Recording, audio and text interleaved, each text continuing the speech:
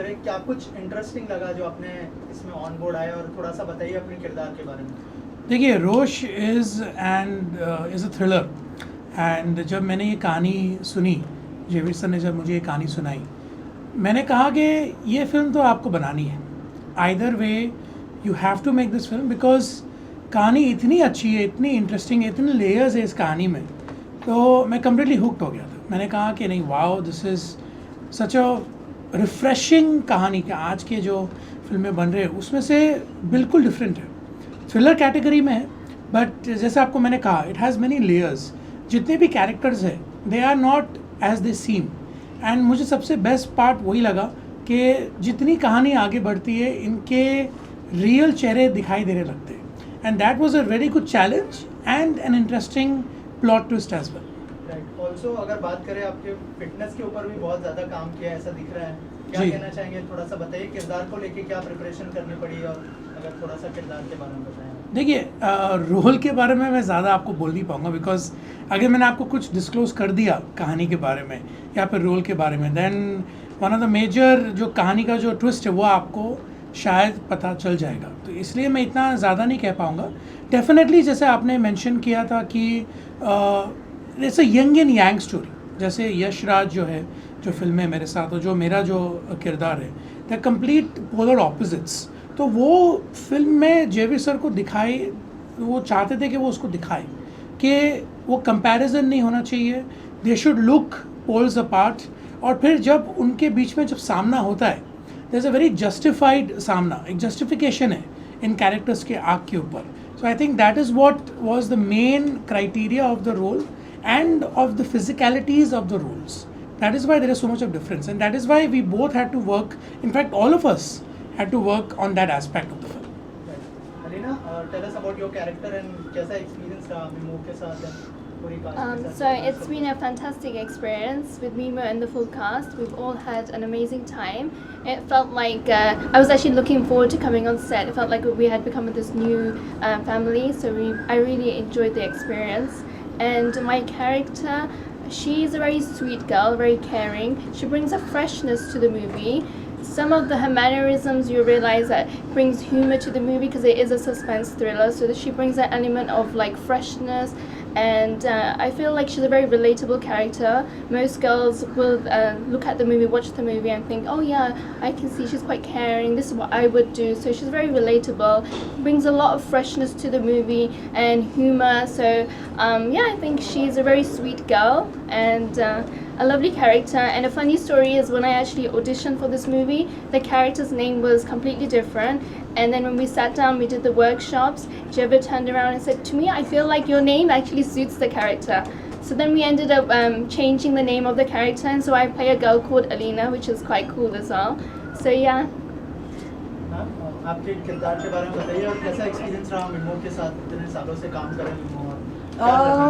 बहुत ज़्यादा मज़ा आया। It was a fantastic experience. ज़्यादा कैरेक्टर के बारे में बोल नहीं सकते because it's a suspense thriller, और अगर मैं ज़्यादा बोल दूँगी तो आपको ऑलरेडी सब पता चल जाएगा। तो लेट्स वेट एंड वॉच।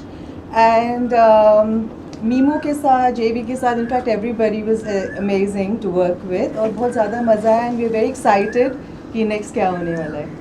या जेवी सर, जैसे मैंने मिमो से पूछा था कि बहुत टाइम के बाद जो कम बैक कर रहे हैं, क्यों मिमो इस फिल्म के लिए? और दूसरा सवाल है कि जो है डायरेक्ट OTT पे आप लोगों ने प्लान किया, थिएटर में सोचा नहीं आपने कि थिएटर में रिलीज करनी चाहिए इस फिल्म को? सबसे पहले मिमो वाला। हाँ, देखो, फिल्म जो है ना, ये फिल्म एक डिफरेंट कॉम्पोजिशन पे है। दो हीरो हैं बेसिकली, एक तरीके से देखा जाए तो दो जो हीरो हैं, जो मेल पार्ट जो दो लोगों का है, वो एक बहुत पावर पोर्ट्रेल वाला कैरेक्टर है और एक जो है एक बहुत अंडरडॉग कैरेक्टर है। तो जब मैंने बहुत सारा अपना रिसर्च किया और सोचा कि कैसे किया जाए, किसके साथ किया जाए, तो I only narrated to him. मैंने मिमो के सिवाय किसी को कहानी सुनाई भी नहीं। The only person I have narrated for that character is Mimo, and then we got a chemistry in place and then we started shooting. So वो परफेक्ट चॉइस मुझे जो पूरी रिसर्च के बाद लगा, मैं वहीं गया और मैं आई वाज एक्सेप्टेड। और सर OTT पे क्यों प्लान किया? थिएटर में आप लोगों ने फिल्म देखो, कुछ लिमिटेड स्क्रीन पे हम लोग फिल्म रिलीज कर रहे हैं, ठीक है, but it is very limited. तो हम लोग को उसको प्राइमरी अनाउंसमेंट थिएट्रिकल ऐसे दे नहीं रहे, बट हम लिमिटेड स्क्रीन पे फिल्म को कर रहे हैं रिलीज, ठीक है। सो ये हमारा जो रिलीज़ है ये इसके साथ ही साथ है। So you will see film in couple of selective cinemas, but majorly हम OTT पे ही पिक्चर को प्रमोट कर रहे हैं। बट आपको सेम टाइम सेम वीक में आपको कुछ लिमिटेड सिटीज़ में लिमिटेड स्क्रीन पे फिल्म मिल जाएगी। ओके, और कैसा एक्सपीरियंस रहा मीमो के साथ? वंडरफुल, मेरा सबके साथ काम करके बहुत वंडरफुल एक्सपीरियंस रहा। मैं फर्स्ट टाइम डायरेक्टर था, तो मेरे लिए तो बहुत ही चैलेंजिंग था। तो सबने बहुत सपोर्ट किया एक्सट्रीमली। और हम लोगों ने फिल्म ऐसे नहीं बनाई है कि ये एक्टर है, मैं डायरेक्टर हूँ, कौन हीरो है कौन हीरोइन है। हमने ये फिल्म एज एन फैमिली बनाई है। इसमें कई लोगों ने ऐसे ऐसे भी काम किए हैं जो कास्ट में थे और इमरजेंसी में वो मुझे भी सपोर्ट कर रहे थे, मतलब। So it was together a family, and since like all we were thirsty for a good work, कि कुछ अच्छा बाहर आए। उनकी भी पहली फिल्म है, उनकी भी पहली फिल्म है, उनकी भी पहली फिल्म है, इनकी भी पहली फिल्म है, मेरी भी पहली फिल्म है, मीमो भाई की काफ़ी टाइम के बाद पहली फिल्म है। so again it is a fresh start for him as well. So everyone was hungry for a good subject, and fortunately एक अच्छा सब्जेक्ट मुझे मिल गया, डिज़ाइन भी अच्छा हो गया, और फिर सबने ये था कि भाई यार इसको तो करना ही है मिलके कैसे भी करके। तो फिल्म ने वक्त भी लगा हमें बनाने में, क्योंकि हम लोग इंडिपेंडेंट मेकर्स हैं। और सपोर्ट कराया था आई एम रोनिका, और उसने वो 2-3 months आई थिंक, हाँ, वो कैरेक्टर में मैं गा नहीं पा रही थी, तो मैं 2-3 months वो लिख के घूमी थी कि आई एम रोनिका। यस, वो कैरेक्टर में जाने के लिए मतलब मैं निकल जाती, क्योंकि मैं रियल लाइफ में वैसी नहीं हूँ जैसा किरदार है मेरा। तो सर डांटते भी थे, मैं रोती भी थी कि यार सर ने मुझे डांट दिया, बट मैं क्या करूँ कि मुझे याद रहे कि मैं रोनिका हूँ। उसके बाद मैंने यहाँ पे लिख दिया आई एम रोनिका, और जब भी मैं देखती थी हाँ रोनिका हूँ मैं, लाइक किरदार में आ जाती थी। और वो शूटिंग, सर आप यकीन नहीं मानेंगे, शूटिंग ख़त्म होने के बाद मैं कम से कम 2-3 मंथ तक उस कैरेक्टर में रही हूँ। उससे बाहर निकलना मेरे लिए बहुत ज़्यादा मुश्किल हो गया था। तो बिल्कुल अच्छा लगा काम करके सर के साथ, यशराज सर के साथ, सबके साथ काम करके मुझे बहुत अच्छा लगा। यशराज जी, आपसे जानना चाहूँगा क्या आपका एक्सपीरियंस कैसा रहा पूरी फिल्म का? इट वॉज फैंटेस्टिक, बहुत अच्छा एक्सपीरियंस रहा, बहुत कुछ सीखने को मिला। मेरी तो डेब्यू फिल्म है एक्चुअली, तो मैं तो फ्रेशर ही था। तो मीमो सर के साथ काम किया तो मतलब बहुत कुछ सीखने को मिला। और सबसे स्पेशल बात यह है कि मैंने इससे पहले काफ़ी सीरियल में कैमियो वगैरह किए हैं, कुछ फिल्मों में मैंने छोटे छोटे रोल भी किए थे। मैंने इरफान खान साहब के साथ भी छोटा सा रोल किया था, जो काफ़ी एडिट होने के बाद बहुत ही छोटा हो गया था। तो ये जर्नी बड़ी लंबी थी, मैं बहुत लंबे टाइम से मतलब इस एक सर्च में था कि कोई तो ऐसा होगा जो शायद मेरे अंदर जो हिडन चीज़ है, जो मुझे लगता है कि मैं कुछ कर सकता हूँ, वो पहचान पाएगा। तो सबसे इम्पॉर्टेंट बात यह है कि इतना इम्पॉर्टेंट रोल मतलब काफ़ी अच्छा और चैलेंजिंग रोल था, उसके लिए फ़र्स्ट टाइम किसी ने बिलीव किया मेरे ऊपर, जयवीर बंगाल जी ने। और जब उन्होंने मुझे वो रोल बताया तो इट वाज लाइक कि मुझे खुद ही लगा कि यार बहुत ही ज़्यादा चैलेंजिंग है ये, ऐसा तो नहीं मेरे साथ मजाक हो रहा है कि सच में मैं ये करने वाला हूँ। और एक अंदर कहीं ना कहीं ये तो फील था कि हाँ यार कर सकते हैं, हम भी काफ़ी लंबे टाइम से जो है चीज़ें सीख रहे हैं। बट इवन दो उन्होंने बहुत हार्ड वर्क किया मेरे साथ, मतलब ऑलमोस्ट आई थिंक मुझे लगता है कि 3-4 महीने। आपकी भी फिल्म रिलीज होने वाली है, नमाशी की भी फिल्म रिलीज होने वाली है, तो क्या डिस्कशन होता है घर के अंदर, अगर उस बारे में कुछ बताएं, क्योंकि दोनों भाइयों की ऑलमोस्ट आगे पीछे फिल्में रिलीज हो रही है। हाँ, नमोशी की तो फिल्म बैड बॉय अभी आई थिंक 28 अप्रैल को आने वाली है, एंड देन रोश अभी 1 को डेब्यू होने वाली है जियो सिनेमा में। वो तो अभी प्रमोशंस में बहुत बिजी है, वो इनफैक्ट हर शहर में जाके फिल्म को प्रमोट कर रहा है। एंड हम लोग आई थिंक हाल ही में एक छोटा सा ट्रायल शो भी होने वाला है, हम लोग फिल्म देखने वाले, एक बहुत बड़ा इवेंट भी प्लान किया आई थिंक 24 के लिए। तो वो तो बहुत बिजी है अभी प्रमोशन में, वो बहुत ही प्रैक्टिकल लड़का है, ही इज़ रेडी। जैसे आप लोग जानते हैं कि अनफॉर्चुनेटली अभी cinemas have taken a very big hit because of Covid, and audience अभी बहुत सिलेक्टिव हो गई है। They become, I don't say that they become lazy, I think they become very smart, क्योंकि वो अभी पैसा उसी फिल्म में इन्वेस्ट करना चाहते हैं जो उन्हें लगता है कि हाँ हम लोग थिएटर में जाके इस फिल्म को जाके देख सकते हैं। you know. Luckily, I'm very happy that, you know, Rosh is coming out on Jio because it's an OTT film, because it will get a wider range of an audience, you know, that's there. And coming back to Namoshi, वो बहुत ही practically he's ready कि, you know, जो भी होगा अच्छा ही होगा. It's his job to promote the film.